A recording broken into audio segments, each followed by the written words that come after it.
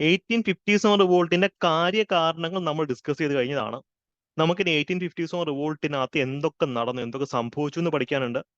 അതിനുശേഷം അവിടെ നിന്ന് വന്നിട്ടുള്ള UPSC കുറച്ച് മുൻകാല വർഷ ചോദ്യങ്ങളൊക്കെ ഒന്ന് പഠിച്ചിട്ട് നമുക്ക് എന്ത് ചെയ്യാം, അടുത്ത ഒരു സെക്ഷനിലേക്ക് പോവാം.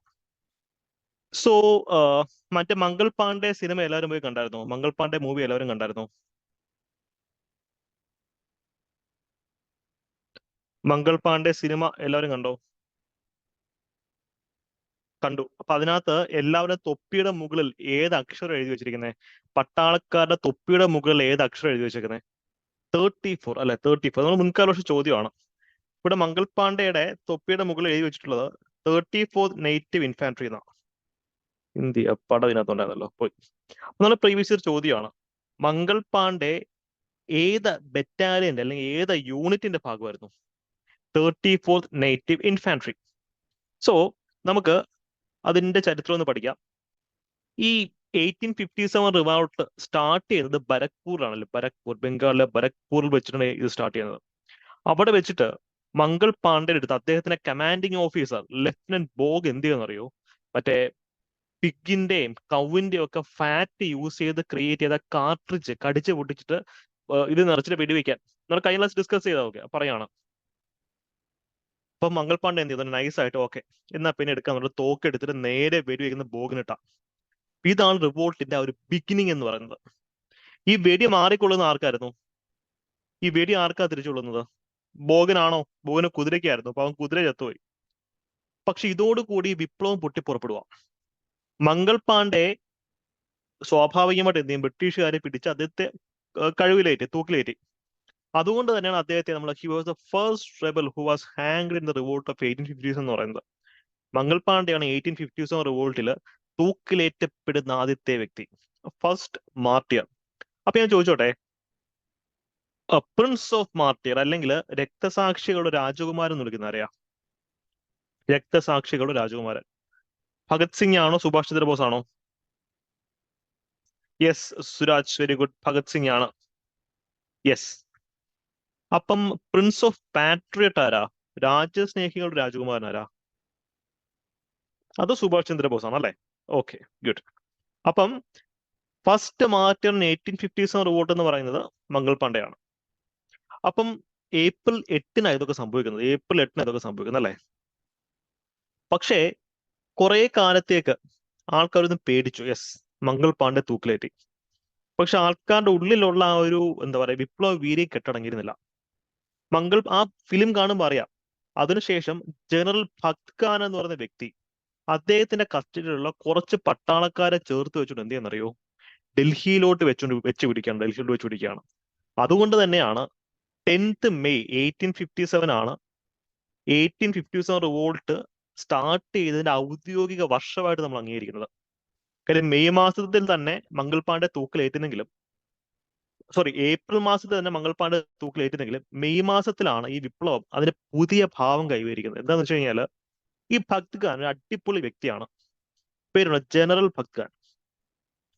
ഇദ്ദേഹം ആക്ച്വൽ ജനറൽ ഒന്നും അല്ല, അത് സാധാരണപ്പെട്ട ഒരു പട്ടാളക്കാരനായിരുന്നു. പക്ഷെ മംഗൾ പാണ്ഡെയുടെ മരണം ഇദ്ദേഹത്തിനെ ഭയങ്കരമായിട്ട് ആഴത്തില് ഇൻഫ്ലുവൻസ് ചെയ്യുന്നുണ്ട്. അപ്പൊ ഇദ്ദേഹത്തിന് കൂടുള്ള പട്ടാളക്കാരെയൊക്കെ ചേർത്ത് നിർത്തിക്കൊണ്ട് മംഗൾ പാണ്ഡെയുടെ മരണത്തിന് പ്രതികാരം ചോദിക്കണം എന്നുള്ള ഒരു ആവേശം അവരുടെ ഉള്ളിലേക്ക് കൊടുക്കുന്നുണ്ട്.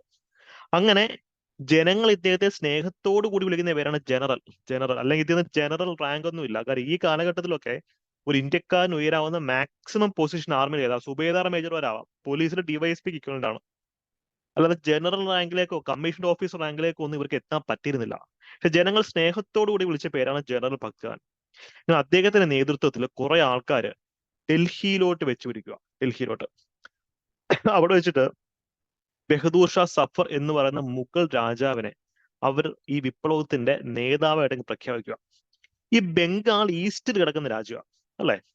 ഡൽഹി ഓൾമോസ്റ്റ് നോർത്ത് സെന്ററിലാണ്. ഇവർ എന്തിനാ ഇത്രയും കഷ്ടപ്പെട്ട് ഇത്രയും ദൂരം സഞ്ചരിച്ചേ?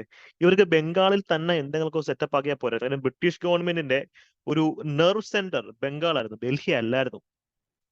ഡൽഹിയൊക്കെ ഇന്ത്യയുടെ ക്യാപിറ്റൽ ആവുന്നത് 1911-ലാണ്. ഈ സമയത്ത് ഡൽഹി ഇന്ത്യയുടെ ക്യാപിറ്റൽ പോലും അല്ല. പിന്നെ എന്തിനാ ഇവര് ഇത്രയും കഷ്ടപ്പെട്ട് ഡൽഹിയിലോട്ട് വെച്ച് പിടിക്കുന്നത്? മുഗൾ ഹൗസ്. മുഗൾ ഹൗസിന് ഒരു പ്രസ്റ്റീജ്. കാര്യം നമ്മൾ എപ്പോഴും വിപ്ലവം സ്റ്റാർട്ട് ചെയ്യുമ്പോഴത്തേക്കും വിപ്ലവത്തിന് ഒരു മുഖം വേണമെന്ന് പറയും, അല്ലെ?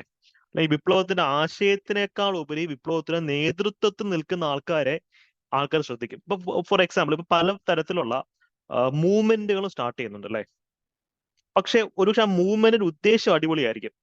പക്ഷെ മൂവ്മെന്റിന്റെ ലീഡർഷിപ്പിൽ നിൽക്കുന്ന ആൾക്കാർക്ക് ഒരു ക്വാളിറ്റി ഇല്ലാന്ന് തോന്നുവാണെങ്കിൽ ആ ഒരു പ്രസ്ഥാനം രക്ഷപ്പെടത്തില്ല.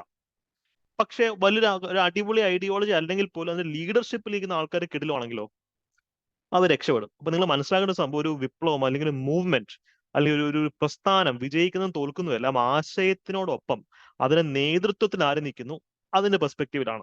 ഓക്കെ, ഇതിനൊരു കോണ്ടെക്സ്റ്റ് നിങ്ങൾക്ക് മനസ്സിലായി വിചാരിക്കുന്നു. അതുകൊണ്ട് തന്നെ ഒരു അടിപൊളി ലീഡറെ തപ്പിയാണ് ഇവർ ഡൽഹിയിലോട്ട് വെച്ചുപിടിക്കുന്നത്. കാര്യം മുഗൾ ഹൗസ് എന്ന് വെച്ച് കഴിഞ്ഞാൽ സുൽത്താൻമാരെ നിങ്ങൾ വിടുക. അപ്പൊ നിങ്ങൾ മിഡീവൽ ഇന്ത്യ പഠിച്ച് ഒരു സെറ്റ് ആയിക്കൊണ്ടിരിക്കുകയാണ്. മിഡീവൽ ഇന്ത്യയുടെ ഉടനെ സിലബസ് ഉടനെ ഫിനിഷ് ആവും, പോസ്റ്റ് ഇൻഡിപെൻഡൻസും ഫിനിഷ് ആവും, പിന്നെ ഇന്ത്യൻ ഹിസ്റ്ററിയും വേർഡ് ആണ് ബാക്കിയുള്ളത്. അത് നമ്മൾ ഈ മാസം തന്നെ ഫിനിഷ് ചെയ്യും. മനസ്സിലാക്കേണ്ടത്, ഈ സുൽത്താനന്മാരെ പോലെ അല്ല മുഗളന്മാര്. അക്ബർ അല്ലെങ്കിൽ ജഹാംഗീർ എന്നൊക്കെ വെച്ച് കഴിഞ്ഞാൽ മറ്റൊരു ലെവലാ. നമുക്ക് അവരെ പറ്റി പറയുമ്പോൾ ആവേശമാണ്. അപ്പൊ അവര് ഭരിച്ച ഇന്ത്യ എന്ന് പറഞ്ഞു കഴിഞ്ഞാൽ ഇന്ത്യയുടെ വലിയൊരു അച്ചീവ്മെന്റ്സ് വന്നായിരുന്നു. അതുകൊണ്ട് ആ ഒരു അന്തസ്സുള്ള ഹൗസിലെ ഇപ്പോഴത്തെ അംഗം ബഹദൂർ ഷാ സഫറിനെ ഇവർ തപ്പിയെടുത്തുകൊണ്ട് വന്ന ലീഡർഷിപ്പിലേക്ക്. പക്ഷെ അങ്ങേർക്ക് കുടുംബ പാരമ്പര്യം മാത്രമേ ഉള്ളൂ, വേറെ ഒരു കഴിവുമില്ലായിരുന്നു. അതുകൊണ്ടാണ് ഈ വിപ്ലവം അധപ്പതിച്ച് പോകുന്നത്. ഓക്കെ, ഇപ്പൊ ഇത്ര ഒരു കോണ്ടെക്സ്റ്റ് ക്ലിയർ ആയോ? ഇവര് ബംഗാളിൽ നിന്ന് എങ്ങോട്ട് പോന്നു? ഡൽഹിയിലേക്ക് പോന്നു. ഇടയ്ക്ക് വെച്ച് ഝാൻസി, കാൺപൂർ, ലക്നൗ, ബറേലി, അവധ്, അസം, ബീഹാർ പോലുള്ള സ്ഥലങ്ങളിലും ഈ വിപ്ലവം ഇങ്ങനെ സ്പ്രെഡ് ചെയ്തങ്ങ് പോവാണ്. ഈ ഒരു മാപ്പ് കണ്ടില്ലേ? ഈ മാപ്പ് നോക്കി കഴിഞ്ഞാൽ വിപ്ലവത്തിന് പ്രധാനപ്പെട്ട സ്ഥിരാ കേന്ദ്രങ്ങൾ, നെർവ് സെന്റേഴ്സ് ഏതെന്ന് നമുക്ക് അറിയാൻ പറ്റും. പക്ഷേ സൗത്ത് ഇന്ത്യയിലുണ്ടോ? നോർത്ത് ഈസ്റ്റ് ഇന്ത്യയിലുണ്ടോ? ഇല്ല. എന്തുകൊണ്ടാ ഈ വിപ്ലവം സൗത്ത് ഇന്ത്യയിലേക്ക് സ്പ്രെഡ് ചെയ്തിരുന്നത്? ഡൽഹി, ബംഗാൾ മുതൽ ഡൽഹി വരെ, അല്ലെങ്കിൽ ഇന്ത്യ ഇത്രയും ഏരിയയിൽ സ്പ്രെഡ് ചെയ്ത സാധനമാണ്. ഗുജറാത്ത് വരെ ഉണ്ടായിരുന്നു. ഗുജറാത്ത് അല്ല, ഗുജറാത്ത് ന്യൂട്രൽ സ്റ്റേറ്റ് ആയിരുന്നു, ഗുജറാത്തും ഇല്ലായിരുന്നു. പക്ഷെ ഇത്രയും സെന്റേഴ്സ് സ്പ്രെഡ് ചെയ്തതിന്റെ മൂവ്മെന്റ് എന്തുകൊണ്ടാണ് സൗത്ത് ഇന്ത്യയിലോട്ട് സ്പ്രെഡ് ചെയ്തിരുന്നത്? കേരളത്തിലോ തമിഴ്നാട്ടിലോ ആന്ധ്രയിലോ അല്ലെങ്കിൽ തെലങ്കാനയിലോ ഈവൻ മഹാരാഷ്ട്രയിലെ പോലും, മഹാരാഷ്ട്ര കൾച്ചറലി നോർത്താണ്. അതിന്റെ കൾച്ചർ നോർത്തേൺ കൾച്ചറാണ്. ജിയോഗ്രഫിക്കലി വെസ്റ്റ് ആണെങ്കിലും കൾച്ചറലി അത് നോർത്താണ്. എന്തുകൊണ്ടാ? റിനൈസൻസ് ഒക്കെ സ്റ്റാർട്ട് ചെയ്ത് തന്നെ ബംഗാളിലല്ലേ അപർണ? നല്ല ലോജിക്കാണ് അപർണ പറഞ്ഞത്. റിനൈസൻസ് സ്റ്റാർട്ട് ചെയ്യുന്നതിനെ ബംഗാളില്ല, പക്ഷെ ബംഗാളിലാണല്ലോ ഇത് ഫസ്റ്റ് തന്നത്. റിനൈസൻസ് കേരളത്തിൽ പതുക്കെ ഉണ്ടായത്. ഇവിടെ വെല്ലൂർ മ്യൂട്ടിന്റെ ചരിത്രമുണ്ട്. വെല്ലൂർ മ്യൂട്ടിൻ നമ്മൾ പഠിക്കും. വെല്ലൂർ മ്യൂട്ടിനി, അതായത് ടിപ്പു സുൽത്താന്റെ ചരിത്രം പഠിക്കുമ്പോൾ നമ്മൾ കാണും. ടിപ്പു സുൽത്താൻ അനന്തരാവകാശികളെ വെല്ലൂർ ജയിലിൽ കൊണ്ടുവച്ച് നിടുക. അവരവിടെ മ്യൂട്ടിനി നടത്തും പട്ടാളക്കാരെ കൂട്ടുപിടിച്ചുകൊണ്ട്. ബ്രിട്ടീഷ് ഗവൺമെന്റ് അവരെ അടിച്ചമർത്തുക. പട്ടാളത്തിൽ മ്യൂട്ടണി അല്ലെങ്കിൽ പട്ടാളത്തിൽ ലഹള നടന്നു കഴിഞ്ഞാൽ ബ്രിട്ടീഷുകാർ ആ പട്ടാളക്കാരെ എക്സ്റ്റെർമിനേറ്റ് ചെയ്യും, ഒന്ന് തള്ളും. ആ ചരിത്രം ആർക്കറിയാം? സൗത്തിനറിയാം. നോർത്ത് ഇന്ത്യയിൽ അത്തരത്തിലുള്ള എപ്പിസോഡ്സ് ഉണ്ടായിട്ടില്ല. അതുകൊണ്ട് തന്നെ സൗത്ത് ഇന്ത്യൻസിന് ഈ വെല്ലൂർ മ്യൂട്ടിന്റെ ചരിത്രം ഇന്ത്യയിൽ ഉള്ളതുകൊണ്ട് അവർക്കറിയാം ബ്രിട്ടീഷർ എത്രത്തോളം വലിയ നിറയേട് കാണിക്കുമെന്ന് നമുക്കറിയാം. ആ ഒരു ഭയം ഉള്ളിലുള്ളതുകൊണ്ട് നമ്മൾ ഈ മ്യൂട്ടിനിൽ പങ്കെടുക്കുന്നില്ല. മറ്റൊരു റീസൺ അപർണ റിനൈസൻസിന് ഒരു കണക്ഷൻ ഉണ്ട്. എന്താന്ന് വെച്ച് കഴിഞ്ഞാൽ കേരളത്തിലെ റിനൈസൻസ് എന്ന് വെച്ച് കഴിഞ്ഞാൽ അത് കുറെ ഒരു ഔട്ട്വേർഡ് ലുക്കിംഗ് ആയിരുന്നു, അല്ലെ? നമുക്ക് രാജഭരണത്തിലേക്ക് തിരിച്ചു പോകണമെന്നൊരു ടെൻഡൻസി കേരള റിനൈസൻസിനില്ല. പക്ഷെ നോർത്ത് ഇന്ത്യയിൽ പിന്നെ രാജഭക്തി ഉണ്ടായിരുന്നു. കേരളത്തിൽ അത്ര രാജഭക്തി സ്ട്രോങ് അല്ലാത്തതുകൊണ്ട് തന്നെ 1850s റിവോൾട്ടിന്റെ മെയിൻ പർപ്പസ് തന്നെ എന്താ? ബഹദൂർ ഷാ സഫറിനെ രാജാവാക്കുക. അത് വേണ്ട, നമുക്ക് അങ്ങനെ രാജഭരണത്തിൽ തിരിച്ചു പോകുന്നതിൽ നമ്മുടെ കേരളത്തിലെ മിഡിൽ ക്ലാസ് അതിനധികം സപ്പോർട്ട് ചെയ്തിരുന്നില്ല എന്നുള്ളതാണ് മനസ്സിലാക്കാൻ. ഒരു ഉദാഹരണം പറഞ്ഞു കഴിഞ്ഞാൽ, നമ്മുടെ സുഹൃത്തുമായിട്ട് ഞങ്ങൾ ചർച്ചയിൽ നിന്നപ്പോഴത്തേക്കും ഞങ്ങൾ ചർച്ചയിൽ വന്നൊരു ചോദ്യം ഇതാണ്: ഇന്നും കേരളത്തിൽ രാജഭരണം ആയിരുന്നെങ്കിൽ നമ്മൾക്ക് എന്ത് ചെയ്തേനെന്ന് ചോദിച്ചു. അപ്പൊ സുഹൃത്ത് പറഞ്ഞ വളരെ നല്ല ഡയലോഗ് എന്താണെന്ന് വെച്ച് കഴിഞ്ഞാൽ, ഞാൻ കുന്തവും പിടിച്ചുകൊണ്ട് കനകക്കുന്ന് പാലസിനെ പുറത്ത് നിൽക്കേണ്ടി വന്നതെന്ന് പറഞ്ഞത്. ആലോചിക്കുമ്പോൾ കറക്റ്റ് ആണ്. കാരണം കേരളത്തിലെ മിഡിൽ ക്ലാസ് എപ്പോഴും ട്രൈ ചെയ്തുകൊണ്ടിരുന്നത് രാജഭരണത്തിൽ നിന്ന് പുറത്തു വന്നിട്ട് ഒരു ഇൻഡിപെൻഡൻസ് ഫ്രീഡത്തിലേക്ക് വരും, എന്നാലേ അവർക്ക് ഡെവലപ്പ് ചെയ്യാൻ പറ്റുള്ളൂ. കാര്യം വിവരവും വിദ്യാഭ്യാസവും ഉള്ള ഒരു സമൂഹത്തിന് ഡെവലപ്പ് ചെയ്യണമെങ്കിൽ മൊണാർക്കി വേണമെന്നില്ല. മനസ്സിലായല്ലേ? കേരളം അങ്ങനെയുള്ള ഒരു സമൂഹമായിരുന്നു. അല്ലെങ്കിൽ എഡ്യൂക്കേഷൻ ഉണ്ട്, ഒരു പ്രൊഫഷണലിസത്തിലേക്ക് അവർ പോവാണ്. അപ്പൊ അങ്ങനെതുകൊണ്ട് നമുക്ക് ഈ ബഹദൂർ ഷാ സഫറിനെ രാജാവാക്കുന്ന കാര്യത്തിൽ നമുക്ക് ഒരു താല്പര്യമില്ലായിരുന്നു. 2-3 ഫാക്ടേഴ്സ് അവിടെ വരുന്നുണ്ടെന്നുള്ള കാര്യം ആലോചിക്കാം. ഓക്കെ, നമുക്കിനി ഇവിടുന്ന് ചോദ്യങ്ങൾ വരുന്ന ഒരു ഏരിയ എന്താ? പ്രധാനമായിട്ടും ചോദ്യങ്ങൾ വരുന്ന ഒരു ഏരിയ ഓരോ സ്ഥലവും അവിടുത്തെ ലീഡേഴ്സും. അതിന്റെ ഒരു പെർഫെക്റ്റ് നോട്ട് ഞാൻ നിങ്ങൾക്ക് തന്നയച്ചേക്കാം. PS ഇതുവരെ ചോദിച്ചിട്ടുള്ളതും NCERT കൺട്രോൾ ആയിട്ടുള്ള ചില പോയിന്റ്സുകളുണ്ട്. ഇത് സ്ഥിരം ചോദ്യമാണ് അല്ലെ. ഡൽഹിയിലെ ലീഡർ ആരായിരുന്നു? ജനറൽ ഭഗത് ഖാൻ. കാൺപൂരിലെ ലീഡർ ആരാ? നാനാ സാഹിബ് താന്തിയ തോപ്പി അസിമുള്ള ഖാൻ. ഈ നാനാ സാഹിബ് താന്തിയ ഇതെങ്ങനെ ഓർത്തിരിക്കാൻ പറ്റും? കാൺപൂരിലെ നാനാ സാഹിബ് ആണെന്ന് ഓർത്തിരിക്കാൻ എന്തെങ്കിലും കോഡുണ്ടോ? ഞാൻ ഓർത്തിരിക്കുന്ന നയനം, കണ്ണ് അല്ലെ. ഇത് കണ്ണെന്ന് ആലോചിക്കാം, ഇത് നയനം എന്ന് ആലോചിക്കാം. ഓക്കെ, നാനാ ഭാഗത്തും കാണാം. ഓക്കെ, ഷിഫാന് കൊള്ളാം, അടിപൊളി. ലംസ്, കണ്ണ്, നയനം. യെസ്, അതാണ് കിട്ടിയത്. കണ്ണന്താനം നജിൽ, അത് പൊളിയായിരുന്നു കേട്ടോ. കണ്ണന്താനം അതായാലും കുഴപ്പമില്ല. ഓക്കെ, എന്തായാലും പഠിക്കാം. നമ്മൾ കുറെ നൗൺസ് പഠിക്കാൻ പോവാണ്. ഇത് നമ്മുടെ എഡ്യൂക്കേഷൻ സൈക്കോളജി എന്ന് വെച്ചാൽ നിങ്ങൾക്ക് വെർബ് പഠിക്കാൻ ഈസിയാണ്. റണ്ണിങ്, വാക്കിംഗ്, സിറ്റിംഗ് എല്ലാം ഈസിയാണ്. നൗൺസ് ആണ് നമുക്ക് ഓർത്തിരിക്കേണ്ടത്. നൗൺസ് ഓർത്തിരിക്കണം ഏറ്റവും പാടും. ഇപ്പൊ നൗൺസ് നമുക്ക് എന്ത് ചെയ്യാം? വെർബുമായിട്ട് കണക്ട് ചെയ്ത് ഓർത്തിരുന്നാൽ മതി. നമുക്ക് ക്ലാസ്സിൽ അതിനുള്ള ടെക്നിക്സ് പറഞ്ഞുതരാം. ലക്നൌവിൽ ആരാണ്? ബീഗം ഹസ്രത് മഹലാണ്. വലിയൊരു മഹലുണ്ട്. മഹൽ മീൻസ് എന്താ? വലിയൊരു കൊട്ടാരം, മഹലുണ്ട്. അത് ഞാൻ നോക്കി അങ്ങ് നിന്നു എന്ന് ആലോചിക്കാം. ഓക്കെ, ലക്നൗ വലിയൊരു look now, look the mahal, മഹലിനെ നോക്കാന്ന് പറഞ്ഞു. ഞാൻ ക്ലാസ്സിൽ പണ്ട് പറഞ്ഞപ്പം വേറൊരു ബിരുദം പറഞ്ഞത്, സാറെ ബീഗം ഹസ്രത്ത് കാണാൻ അടിപൊളി വളരെ സുന്ദരിയായിട്ടൊരു കുട്ടിയാണ്, ആ കുട്ടിയെ ഞാൻ നോക്കി നിന്നു എന്നാണ് ആ പുള്ളി ഓർത്തിരിക്കുന്നതെന്ന് ക്ലാസ്സിൽ പൊതുവെ കുറ്റസമ്മതം നടത്തിയിട്ടുണ്ട്. അപ്പൊ അത് കുറച്ചുകൂടി എഫക്റ്റീവായിട്ട് എനിക്കും തോന്നിയിട്ടുണ്ട്. അപ്പൊ നിങ്ങൾക്ക് വേണമെങ്കിൽ അങ്ങനെ ആലോചിക്കും, കുഴപ്പമില്ല. ബീഗം ഹസ്രത്ത് ഭയങ്കര ബ്യൂട്ടിഫുൾ ആയിട്ടുള്ള ലേഡിയാണ്, ലുക്ക് നൗ, നോക്കിക്കൊണ്ട് നിന്നു എന്ന് പറയാം. അല്ലെങ്കിൽ മഹൽ എന്നും ആഡ് ചെയ്യാം. ഇമാജിനേഷൻസ് ഗോയിങ് വൈൽഡ് എന്ന് വേണമെങ്കിൽ പറയാം. കാര്യം മനസ്സിലാക്കുന്ന ഒരു കാര്യം, കോഡ്സ് ക്രിയേറ്റ് ചെയ്യുമ്പം നിങ്ങളുടെ പ്രൈവറ്റ് സ്പേസിലായിരിക്കുന്നത്, നിങ്ങൾക്ക് എന്ത് കോഡും ക്രിയേറ്റ് ചെയ്യാം. പുള്ളി ക്ലാസ്സിൽ പബ്ലിക്കായിട്ട് പറഞ്ഞു, ഞാൻ അപ്രീഷിയേറ്റ് ചെയ്തു. കോഡ്സ് ഓർത്തിരുന്നാൽ മതി. തീരെ മോശമാണെങ്കിൽ ആരും ഷെയർ ചെയ്യരുത്. അല്ലെങ്കിൽ ഇത്തരത്തിൽ ഇൻട്രസ്റ്റിംഗ് ആയിട്ടുള്ള കോഡ് ഉണ്ടെങ്കിൽ നിങ്ങൾ ഒബ്വിയസ്ലി ഷെയർ ചെയ്യാവുന്നതാണ്. ഓക്കെ, കാര്യം ഓർമ്മ നിൽക്കാൻ എളുപ്പമാണ്. മറ്റൊരു ടോപ്പിക് ബറേലിയാണ്. ബറേലി, ഖാൻ ബഹദൂർ ആണ് അവിടെ ഇരുന്നത്. ഖാൻ ബഹദൂർ. ഇവിടെ ഏറ്റവും അധികം ചോദിച്ചിട്ടുള്ള ബീഹാറാണ്. അതെന്താ? കുൻവർ സിംഗ് ആണ് ബീഹാർ. കുൻവർ സിംഗ്, ബീഹാർ കുൻവർ സിംഗ്. ഈ കുൻവർ സിംഗ് എന്ന് പറയുന്ന വ്യക്തിയെ നമ്മളൊന്ന് എടുത്ത് പരിചയപ്പെടണം. കുൻവർ സിംഗിനെ പറ്റി നമ്മൾ ചർച്ച ചെയ്തായിരുന്നോ? കുൻവർ സിംഗിനെ പറ്റി നമ്മൾ കഴിഞ്ഞ ക്ലാസ്സിൽ ചർച്ച ചെയ്തായിരുന്നോ? ഇല്ലല്ലോ. കാര്യം ഇല്ല. കാര്യം കുൻവർ സിംഗ് നമുക്ക് റിപ്പീറ്റ് ചെയ്ത് UPSC വരുന്ന ഒരു വ്യക്തിത്വമാണ്. അതിന് പ്രധാനപ്പെട്ട റീസൺ എന്താണെന്ന് വെച്ച് കഴിഞ്ഞാൽ, ഹി വാസ് എ ജമീന്ദാർ. സമീന്ദാർ. പൊതുവെ 1857 റിവോൾട്ടിന്റെ സമയത്ത് നിങ്ങൾ മനസ്സിലാക്കുന്ന പ്രധാനപ്പെട്ട കാര്യം, സൊസൈറ്റിയിൽ, സമൂഹത്തിലെ ഉപരിവർഗം ബ്രിട്ടീഷുകാരെയാണ് സപ്പോർട്ട് ചെയ്തത്. രാജാക്കന്മാര്, രാജ്ഞിമാര്, രാജകുമാരന്മാര്, സാമീന്ദാർമാര്, ചോട്ടേദാർമാര്, ജന്മിമാര്, ഇവരൊക്കെ ആരെയും സപ്പോർട്ട് ചെയ്ത്? ബ്രിട്ടീഷുകാരെയാണ്. കാര്യം ഇവർക്കറിയാം, ഇപ്പൊ നിങ്ങൾ ഏത് വിപ്ലവത്തിന്റെ ചരിത്രം എടുത്ത് നോക്കിയോ, ഒരു വിപ്ലവം ചെന്ന് നിൽക്കുന്നത് എപ്പോഴും സമൂഹത്തിന്റെ ഉപരിവർഗത്തിന്റെ നെഞ്ചത്തായിരിക്കും. ഫ്രഞ്ച് വിപ്ലവം, ലൂയി ദ 16 തലവെട്ടി. അമേരിക്കൻ വിപ്ലവം, ഗ്ലോറിയസ് റെവല്യൂഷൻ നമ്മൾ പഠിക്കും. ഏത് റെവല്യൂഷൻ എടുത്ത് നോക്കിയോ, വിപ്ലവം ചെന്ന് നിൽക്കുന്നത് പണക്കാരെ അല്ലെങ്കിൽ സമൂഹത്തിലെ ആ കാല ചൂഷിത വർഗത്തിനെതിരായിട്ടായിരിക്കും. ഇവരൊക്കെ ചൂഷിത വർഗമാണ്. അപ്പൊ ഇവർക്ക് പേടിയാണ്. അതുകൊണ്ട് 1857 റിവോൾട്ടിന്റെ സമയത്ത് ഇവരെല്ലാവരും, സൊസൈറ്റിയിൽ ഉന്നതരെല്ലാവരും ബ്രിട്ടീഷുകാരെയാണ് സപ്പോർട്ട് ചെയ്തെന്നുള്ള കാര്യം ഓർക്കാം.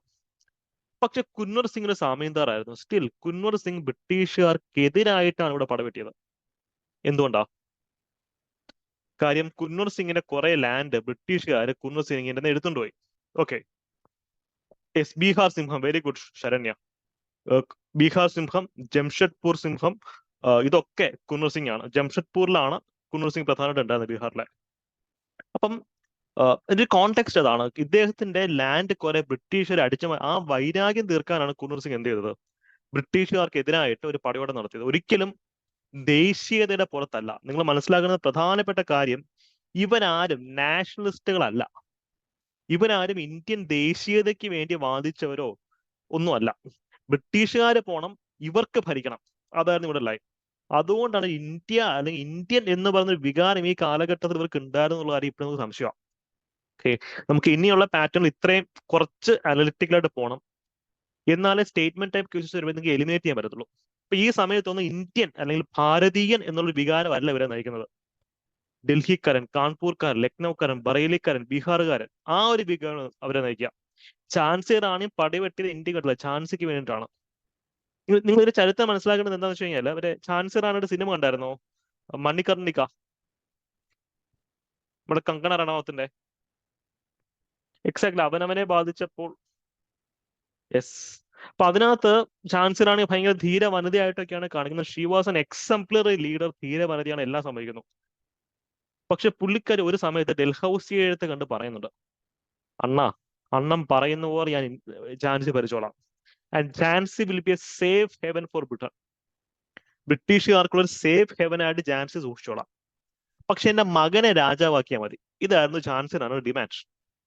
കാര്യം ഝാൻസി റാണിയുടെ ഭർത്താവ് രാജാ ഗംഗാധർ റാവു മരിക്കുന്ന സമയത്ത് ഈ മകനില്ല. അതുകൊണ്ട് തന്നെ ഡോക്ട്രിൻ ഓഫ് ലാപ്സ് യൂസ് ചെയ്ത് രാജ്യം ഇവരെ പിടിച്ചെടുക്കുക. കഴിഞ്ഞ ക്ലാസ് കാണാത്തത് കണ്ടോണേ, അതിന്റെ കണ്ടിന്യൂഷൻ ആണ് ഇതൊക്കെ.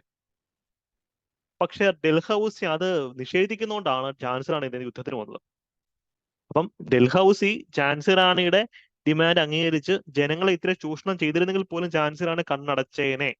മനസ്സിലായില്ലേ?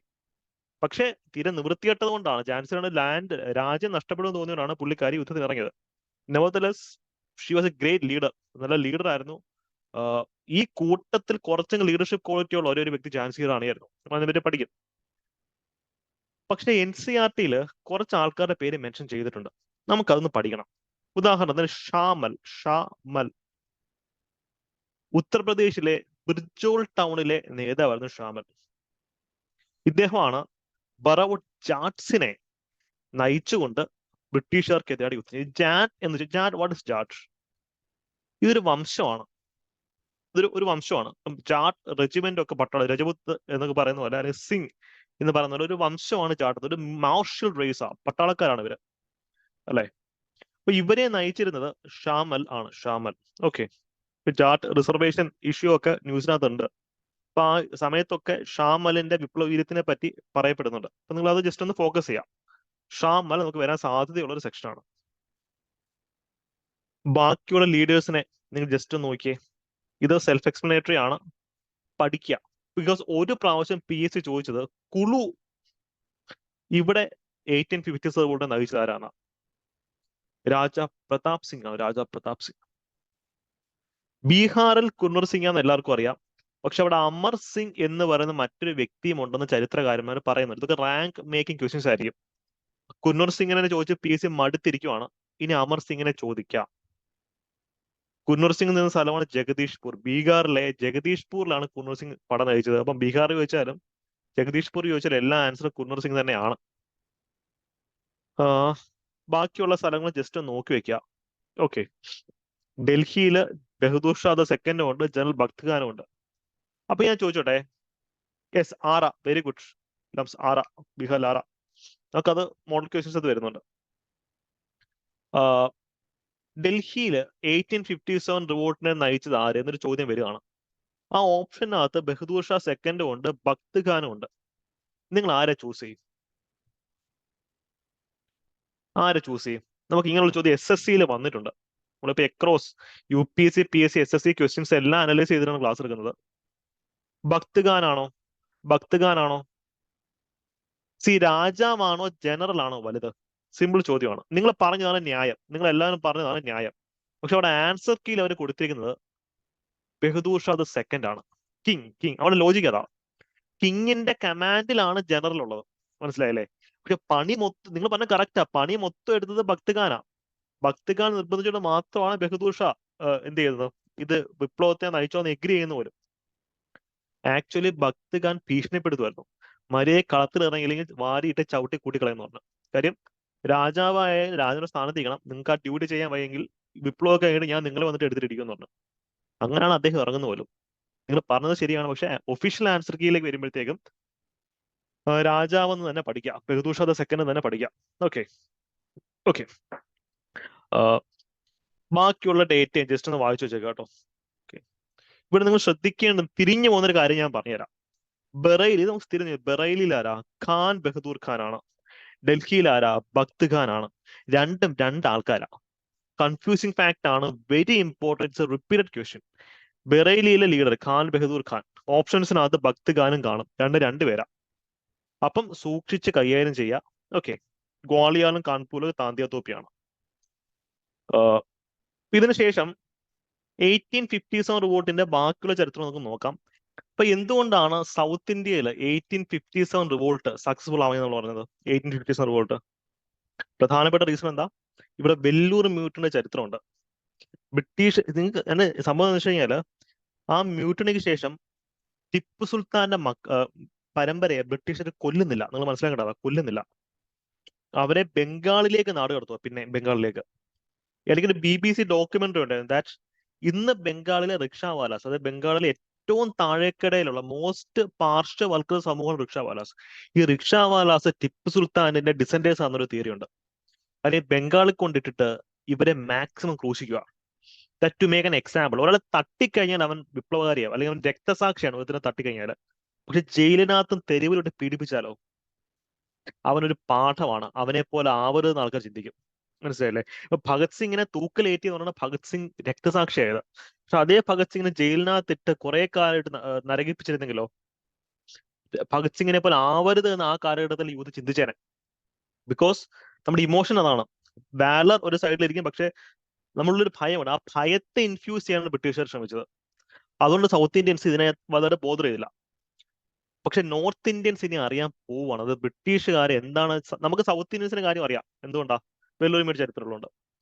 ആ പാഠം നോർത്ത് ഇന്ത്യൻസും പഠിക്കാൻ പോവാം.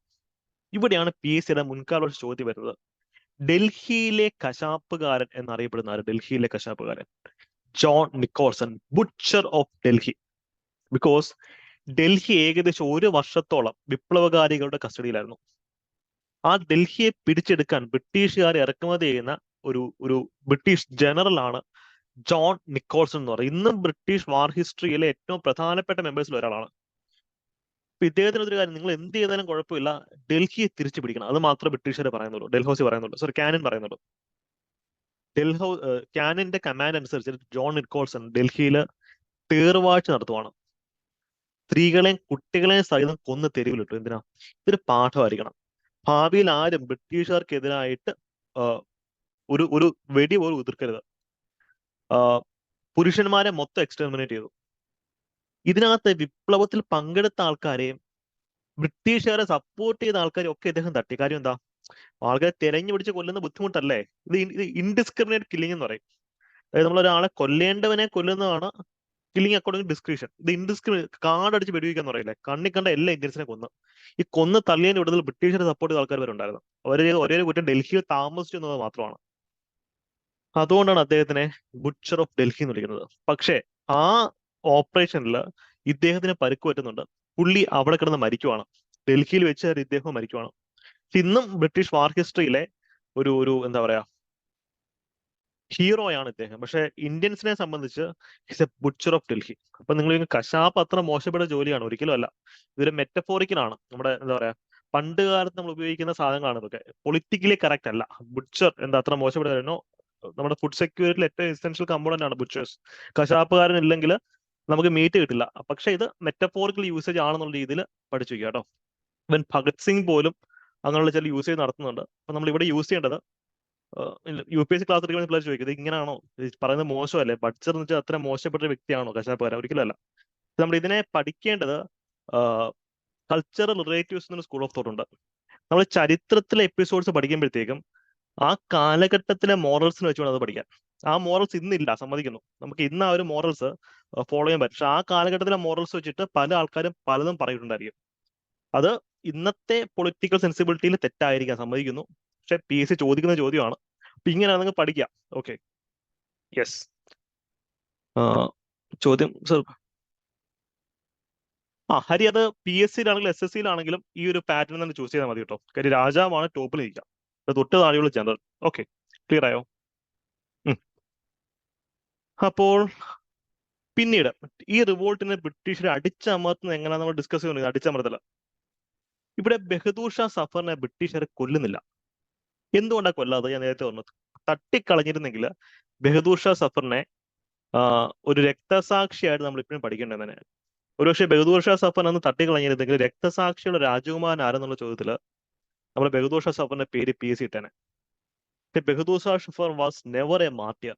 He was an example. ബ്രിട്ടീഷുകാർ പറയുന്നൊരു കാര്യം, അങ്ങനെ വയസ്സനാ, കിളവനാ, പുള്ളിയെ കൊന്നിട്ട് പുള്ളി അങ്ങനെ ചുളുവിന് രക്തസാക്ഷി ആകണ്ട. He should be an example. ബ്രിട്ടീഷുകാർക്കെതിരെ തിരിഞ്ഞ് എന്തായിരിക്കും അവസ്ഥ എന്ന് ഇദ്ദേഹത്തിന് കാണിച്ചു കൊടുക്കണം. അങ്ങനെ പോയിന്റ് ബ്ലാങ്കിലാണ് ബഹദൂർ ഷാ സഫർ എന്ന് പറയുന്ന ഈ വൃദ്ധന്റെ മുമ്പിൽ വെച്ച് അദ്ദേഹത്തിന്റെ മക്കളെയും കൊച്ചുമക്കളെയും ലെഫ്റ്റനന്റ് ഹൂഡ്സൺ വെടിവെച്ച് കൊല്ലുന്നത്. ഇതൊക്കെ റെഡ് ഫോർട്ട് വെച്ചിട്ടാണ്. റെഡ് ഫോർട്ടിൽ ഇതിന്റെ മുമ്പ് വെച്ചിട്ട് ഇതിന്റെ മക്കളെ, കൊച്ചു പിള്ളേർ വരെ, അതിന്റെ ലീനേജിലെ എല്ലാവരും വെടിവെച്ച് കൊല്ലുവാണ്. അതുകൊണ്ടാണ് മുഗൾ ഹൗസിന്റെ ലീനേജ് ഇത് ഡൽഹിയിൽ ഇല്ലാത്തത്. ഇപ്പൊ നിങ്ങൾ നോക്കിയപ്പോൾ നമ്മൾ പഠിക്കുന്ന മറാത്താസിന്റെ ചരിത്രം പഠിക്കും.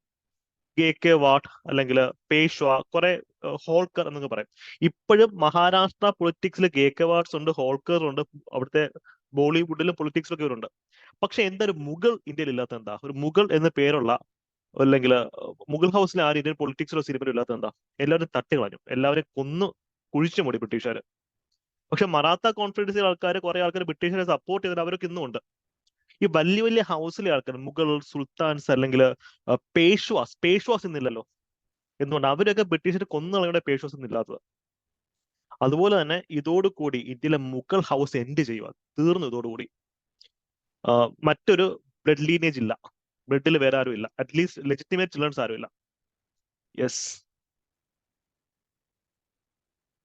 മുഗൾ പിൻഗാമി ഡയറക്റ്റ് എയർ ഇല്ല. ദേവിക ഒരു പോയിന്റ് പറയുന്നുണ്ട്. കാര്യം റെഡ് ഫോർട്ടിന് ചുറ്റും ഞാൻ പോയിട്ടുള്ള റെഡ് ഫോർട്ടിനകത്ത് മാർക്കറ്റ്സ് ഉണ്ട്. റെഡ് ഫോർട്ടിന്റെ എൻട്രൻസ് മുതൽ ബാക്ക് വരെ പോകുന്നതിന്റെ അകത്ത് ഇഷ്ടംപോലെ ഷോപ്സ് ഉണ്ട്. അത് പലരും മുഗൾ ഹൗസിലെ മെമ്പേഴ്സ് റൺ ചെയ്യുന്നതാണ് പറയുന്നത്. പക്ഷേ ഡയറക്റ്റ് ലീനേജ് ഇല്ല. അപ്പൊ രാജാധികാരം കിട്ടണമെങ്കിൽ ഡിസ്റ്റന്റ് കസിൻ ആയാൽ പോരല്ലോ.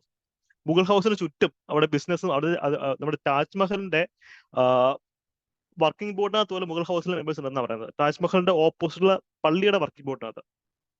പക്ഷെ അവരൊന്നും കിരീടാവകാശികളല്ല. അതാണ് ഇവിടുത്തെ ടൈറ്റിൽ എടുക്കാൻ പറ്റത്തില്ല ഇവർക്കൊന്നും.